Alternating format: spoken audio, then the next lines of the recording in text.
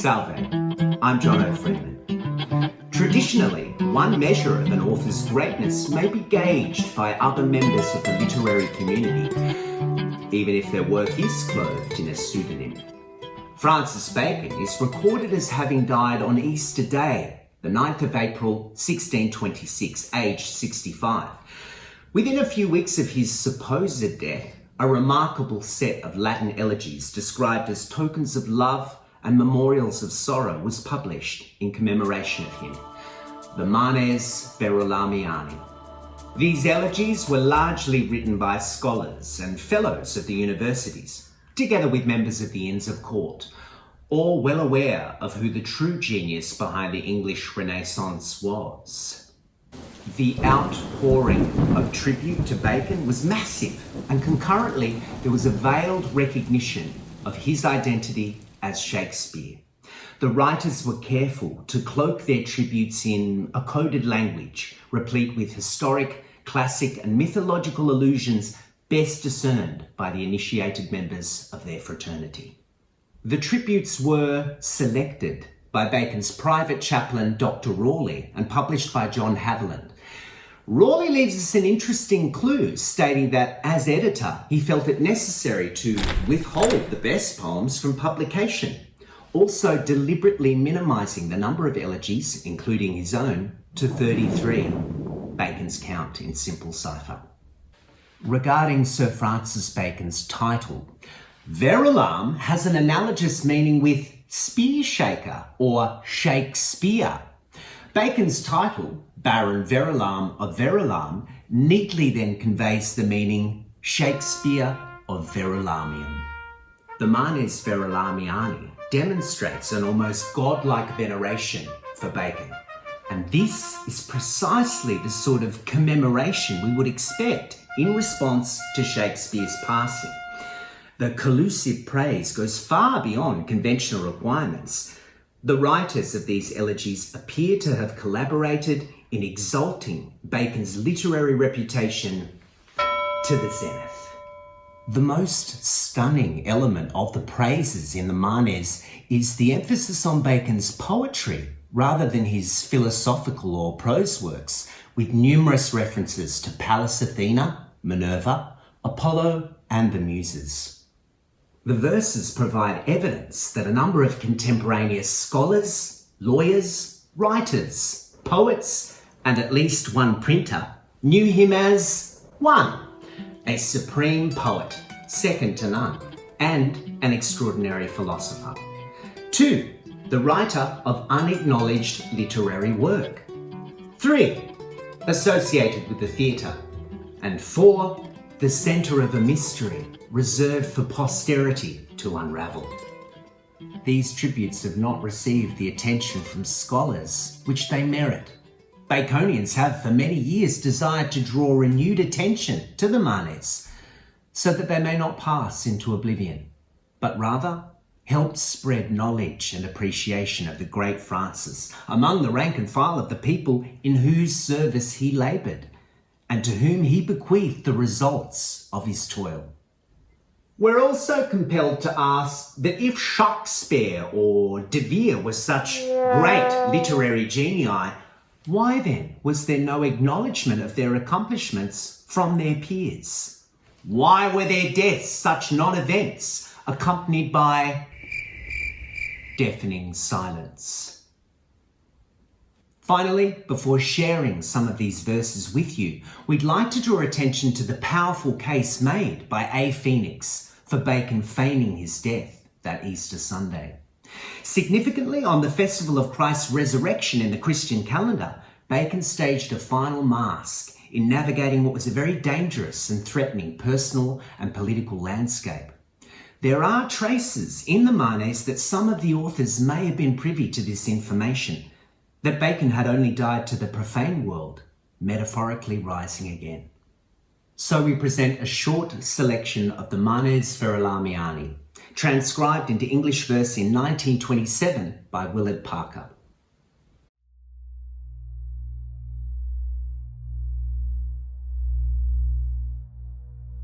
To the reader, greeting.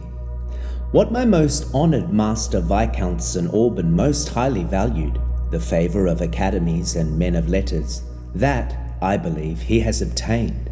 For these insignia of love and grief indicate their great sorrow at his loss. Nay, verily, with no stinted hand have the Muses bestowed on him this token. Many of the best verses remain with me, but as he himself delighted not in quantity, no great mass have I raised. Moreover, let it suffice to lay these foundations in the name of the present age. Every age will enlarge and adorn this edifice, but to what age is given to set the finishing hand is manifest only to God and the fates. The literary works of Bacon are called to the pyre.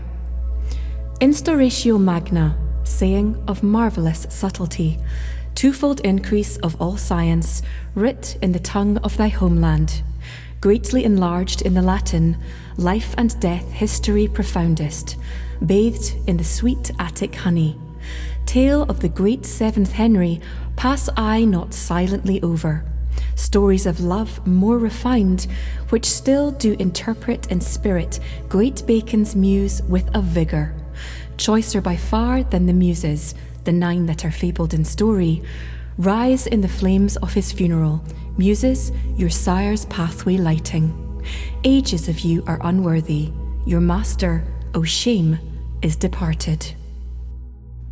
On the death of the most honoured man and lord, Sir Francis of Verulam, Viscount St. Alban, late Chancellor of England. Art thou, O barren tribunal, still proud of thine insolent purple, when thou beholdest the bier that is robbing the famed of their greatness? Nay, be this day to the deepest humility now given over, turning to sackcloth the pomp which thou at thy bar ever wearest. Themis shall carry not scales, but the urn bearing Verulam's ashes. Then let her weigh, but not Ephorus tipping the beam of her steelyard, but Areopagus adding its ponderous weight to the balance. Greater the sage that we mourn than philosophy, old and scholastic in its barbarian porch. Loud groaned the axis revolving when this pile fell, this structure of wonderful greatness. Dissolved was the vault of the whole world of letters, wherein, with a brilliancy equal, graced he the citizen's garb, as likewise the toga of statecraft. As, in the shades of Dis wandering, still longed Eurydice sadly, kisses on Orpheus to lavish. Styx waves, first calm and then bounding, as to his magical fingers rang out the lyre strings, so learning thrilled to his touch, when entangled deep in the webs of the schoolman, raised high her crest neath his fingers, newly enlivened her sock thread.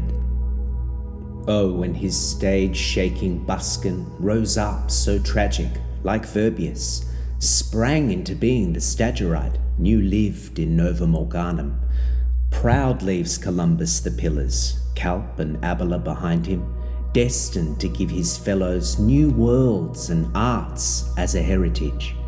Ardour of youth pushes forward in spite of fate's threatening and menace. Who is the ancient or Hannibal, fearing his soul eyes eclipsing, winnowing the street of Suburra with his victorious standards? Who is the Milo so powerful, courting the rage of the oak tree, when his old shoulders are borne down heavier with age than the ox weight?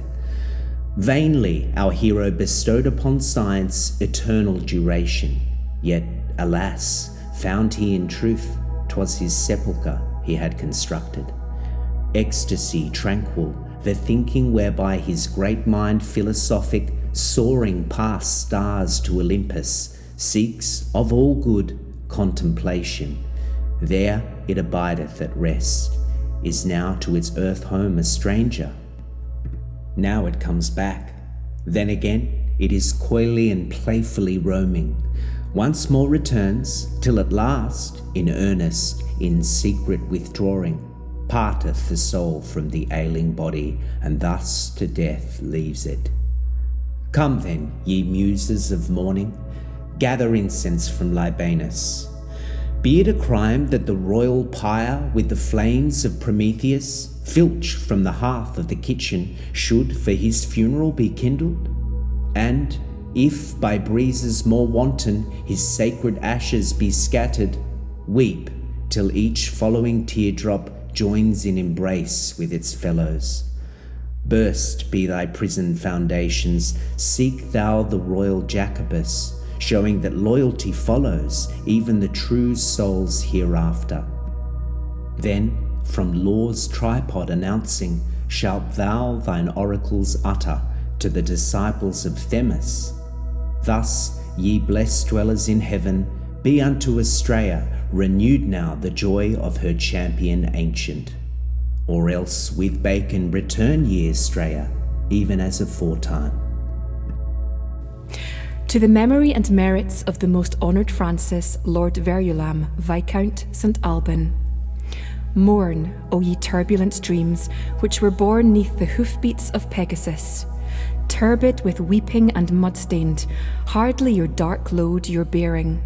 Wither, green foliage of Daphne, fall till the dead boughs are leafless.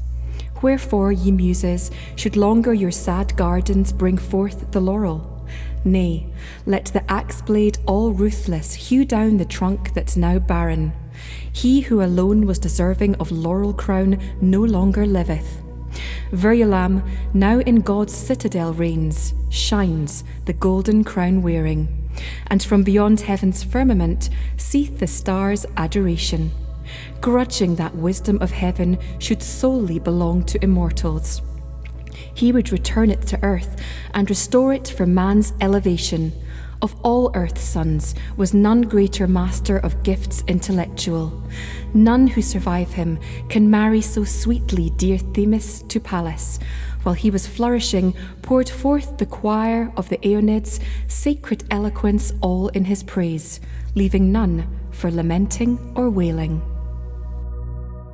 On the death of the most honourable Lord Francis Bacon, late Lord High Chancellor of England, some there be who, when departed, still would live on in the marble, trusting to long-lasting columns, memory, fame, immortality. Some in bronze, some in gold shining, self-deceived, think the fates cheated. Others leave numerous offspring, scorning the great gods like Niobe.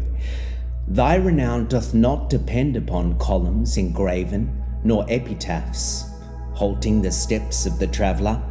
And who would claim thee as parent be not the fruit of thy body, but of Jove's brain, like Minerva. Virtue be now thy first monument, second thy books, long enduring, third thy nobility, fate holding naught but thy body in triumph, thy mind and fame still surviving, ne'er shall thy poor clay be ransomed.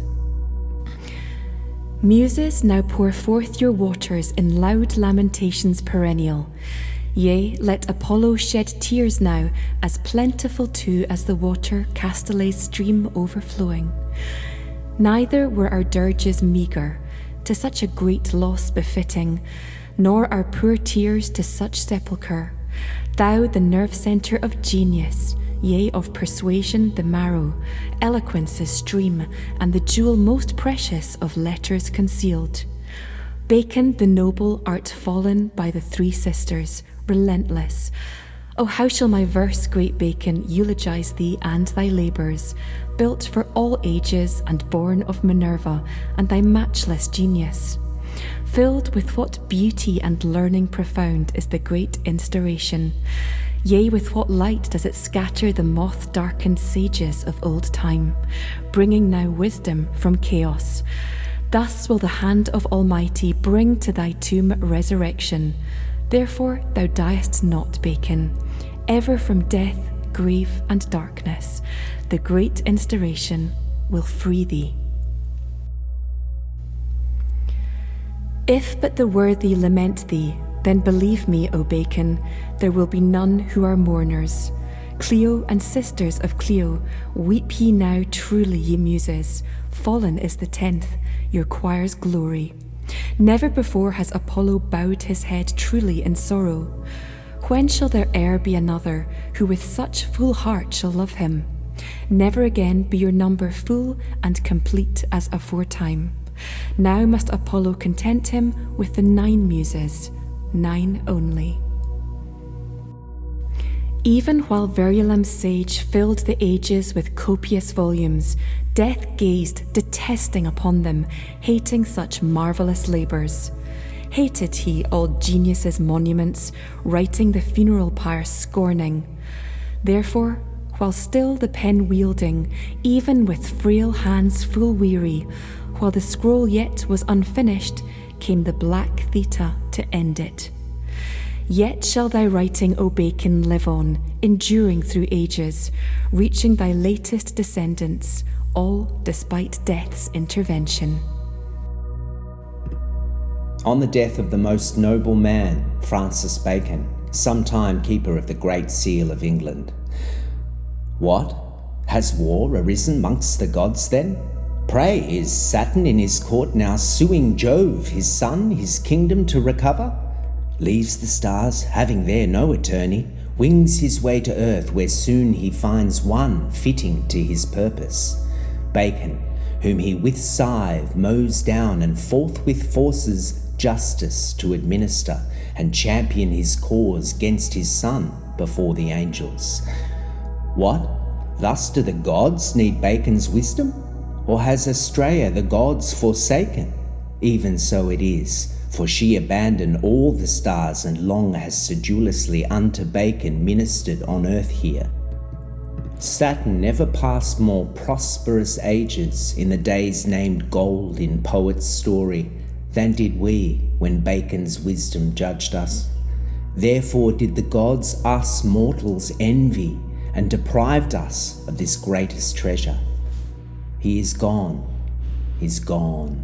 The word suffices for our grief. That he is dead, we say not. What more need of raiment sombre? See, see, where our pen itself flows with black tincture. Dry will run the muse's fount, resolving into tiny tears. April drips sorrow. Rage the spring winds in fraternal discord. Verily each moan from deep heart drawing. Universal benefactor, all things loved thee living, and thy death are mourning. On the death of Lord Francis Bacon, Baron Verulam and late Chancellor of all England. Verulam's hero, in dying, brings to the eyes of the muses sadness and tears. Therefore, think we, none after death can be happy. Even the old sage of Samos, think we, is filled with unwisdom. Surely he cannot be happy when his own muses are mourning. For that his love for himself is not greater than that for the muses, Clotho, imperious, dragged him, spirit unwilling, feet struggling, up to the stars. Shall we think then Phoebus' powers dormant, or useless herbs of the clarion Apollo? Nay, unchecked was power of Phoebus, neither lacked those herbs their virtue, both were still potent in fullness. But know that Phoebus, then fearing Bacon as king of the muses, healing withheld from his rival, hence are our tears and our sorrow. For although Verulam's hero Phoebus in all else exceeded, in one sole art was inferior, in the art only of healing. Shadows and ghosts are ye muses, well nigh Jove's pale troop infernal. If indeed ye are yet breathing, and my poor eyes not deceived, though I can scarce think that after he is gone you could survive him. If then some Orpheus hath brought you back from the dead, and you are not visions my sight now deceiving, learn ye now deep lamentations, sad songs, shed tears in abundance. Look ye how copious the tear flood. Muses, I recognize truly I and their tears, for a single helicon barely suffices. Even Parnassus, submerged not under the waves of Deucalion, marvel will hide neath these waters. he through whom ye have your being perished in truth, he who nourished still the Pierian goddesses, fed them with all of his rich art. When he perceived that the arts here, held by no root like seed scattered over the soil, languished, withered, taught he to grow arts of Pegasus. Even as spear of Quirinus swiftly grew into a laurel, since 'tis through him that the Helicon goddesses learn then to flourish. Ne'er shall the lapse of the ages dim his renown or his glory, nor could his great spirit's ardour longer endure that, neglectful of thee, Minerva, divine one, men should remain. His pen, godlike honour restores, and Apollo dissipates the cloud that had hid thee. Also, he routed the darkness bred of blear age and senility. New and wise methods restoring, tearing the thread labyrinthine, but a new wisdom supplying. Truly, the wisest of ancients never had eyes so discerning. They were like Phoebus, arising over the shore to the eastward. He, like Apollo, at midday, even like Typhus, essayed they over the ocean to voyage. Yet did their frail vessel hardly launch from the coast of their starting. He, on the other hand, knowing Pleiades, Hyades' sisters, Syrtes and Scylla's fierce watchdogs, well knows the dangers to shun them, well knows his vessel to pilot guided by mariner's needle. They begat muses but infants, his were full grown from the birth hour, theirs were but mortal, divine his instauratio magna, from other writings the palm snatched, while slunk the sophists in squalor. Aye, even now Pallas steps forth shining as serpent with new skin. Thus doth the phoenix arising gaze on his ashes paternal. Aeson renews now his youth bloom, while Verulam, now restored, boasts of its new walls, is hoping glory of old to recover. But see how brightly his eyes gleam, brighter than all mortal vision. As of state mysteries he chanteth, singing the great laws of nature, singing the secrets of princes, as though to both he were minister.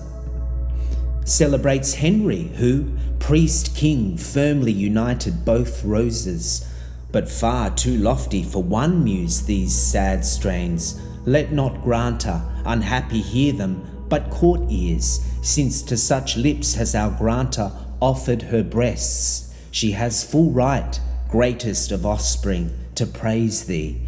She has the right to extinguish thy funeral fires with her weeping. Yea, a right she has to pluck thee out from the midst of the burning. Yet our poor muse cannot bring thee praises, for thou art the singer, and thine own notes can best laud thee. Yet I will sing of thy praises, e'en as I may, and if art fail, still will my grief be thy eulogy.